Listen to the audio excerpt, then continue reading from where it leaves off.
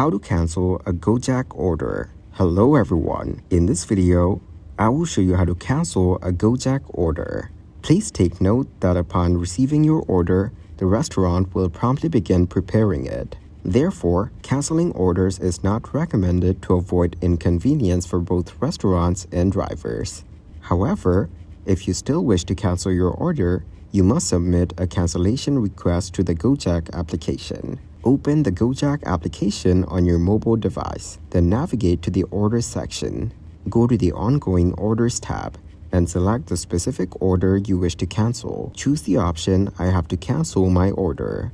Select one of the following cancellation reasons that best suits your situation. Driver asked me to cancel. Driver reported that the restaurant was closed or not found. Food or beverages I ordered are out of stock. Driver cannot be contacted. Driver made me wait too long, or my reason is not listed. I need to cancel. Choose a reason that best describes your circumstance, then follow the provided instructions.